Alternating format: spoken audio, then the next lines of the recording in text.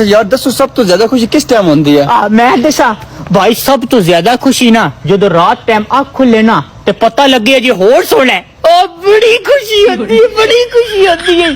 चावलों की प्लेट विचों ना भाई जी चमची मारो ना विचों बोटी निकल आवे ओए ओए ओए बड़ी बड़ी खुशी होती है। फिर ना सारी बोटियां खा के ना विचों फिर एक और चमची मारो कदरती एक और बोटी निकल आवे बड़ी खुशी होती है उस्ताद जी, बड़ी खुशी।